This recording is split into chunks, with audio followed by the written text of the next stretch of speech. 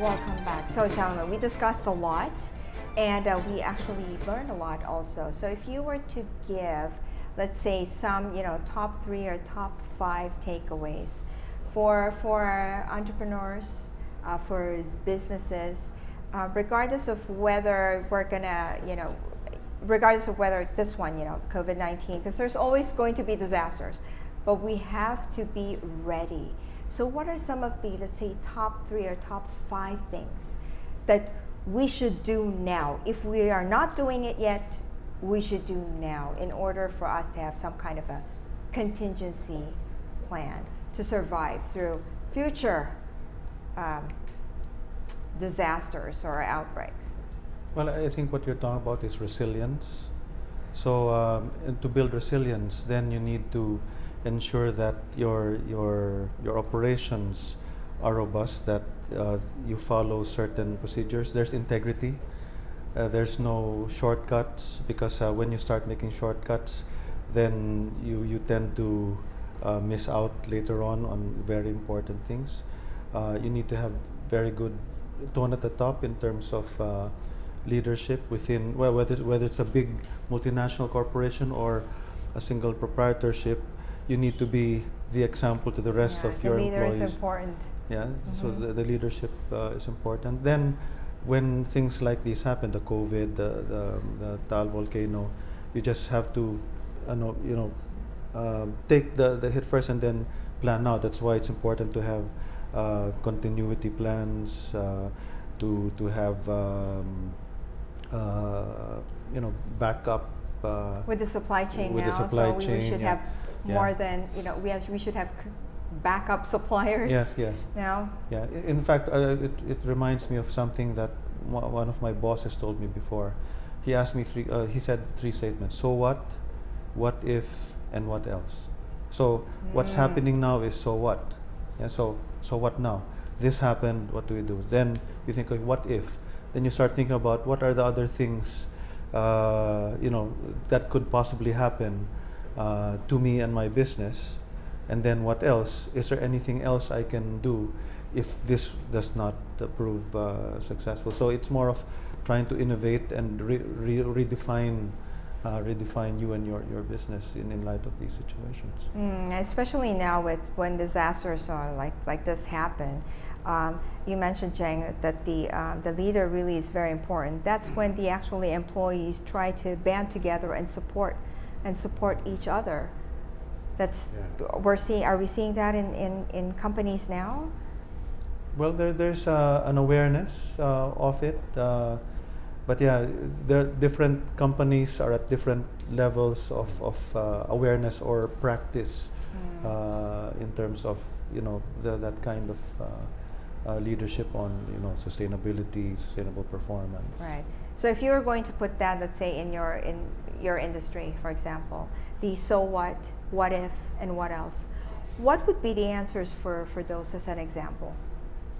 Yeah. So, well, for us, let's say in the oil and gas industry, we've just seen a 30% drop in crude prices. So what? What are the things that we need to look at now to be able to cope with that? And then we have to think, okay, what if? So what are the possible options that we need to look at to address the current situation now?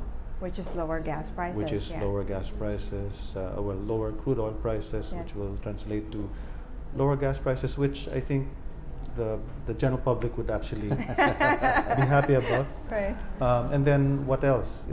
What else are we doing to be able to thrive in this energy transition as an oil and gas company? Are we still an oil and gas company, or are we something else? I mean, at least globally, well, that Shell has made that decision to move into new energies. Right. So instead of oil and gas, you're actually an energy. Yes. An energy company. Yes. Right. So. Well, yeah, I'd like to think that 3 takeaways maybe. Well, all financial managers and CFOs should be aware of and should consider seriously sustainability. That's one. Concern for the community and the environment. And then third would be resilience, to be able to cope with things that happen that they cannot control, but be able to ride over, right? And that's what we want to promote and develop in our members and all other financial managers. We help them, encourage them to do that, and through the institute, through the foundation, and eventually through the academy. And so in the next 50 years and beyond, I think that's what we will constantly strive to achieve. Yes, because FINEX will actually continue on. We're on our next 50 Next years 50. and That's beyond. right, for your planning already for the next 50 years. Yes. Yeah, there's a saying that for every adversity lies within it a seed of an equivalent, if not greater benefit. What is the silver lining? With your combined experience, what do you think is the silver lining given all this that's happening now?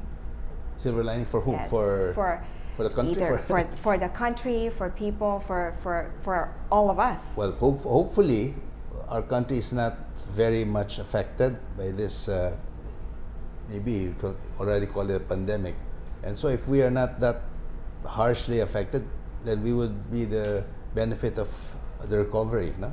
From everywhere else. So hopefully that's, I think, something I can think of. No?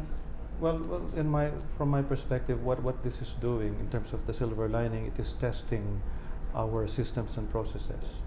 Are we going to be prepared for the next calamity, That's for the right, next yes. outbreak? We saw that Singapore. I was in Singapore when SARS was happening, right, back in 2003. Yeah, wow. And you can see that they're very, much more prepared now than they were a decade, more than a decade ago. I think this is a test for us to see how our own processes and procedures as companies, businesses, or as a country, we will stand, Yes. for future such events. And it shows where we need to improve Yes. Yeah. also. Yeah, so That's where I see the silver lining, the learning. Yeah, I agree. Hopefully at not too much cost. Yes, yes, right. And then we learn fast, we don't repeat. Yeah. Right. Well, gentlemen, thank you for being on our show. A huge congratulations to FINEX and all your endeavors and the foundation, the advocacies, and good luck also to you, Jang, on your presidency for this year. Challenges, but a fantastic way forward with your vision. Congratulations. It was a pleasure. Pleasure. All right. Thank you. You've watched another episode of Biz News. I'm Elizabeth Lisias. Every Monday at 10:30. We'll see you again next week. Have a good night and God bless. Thanks for watching.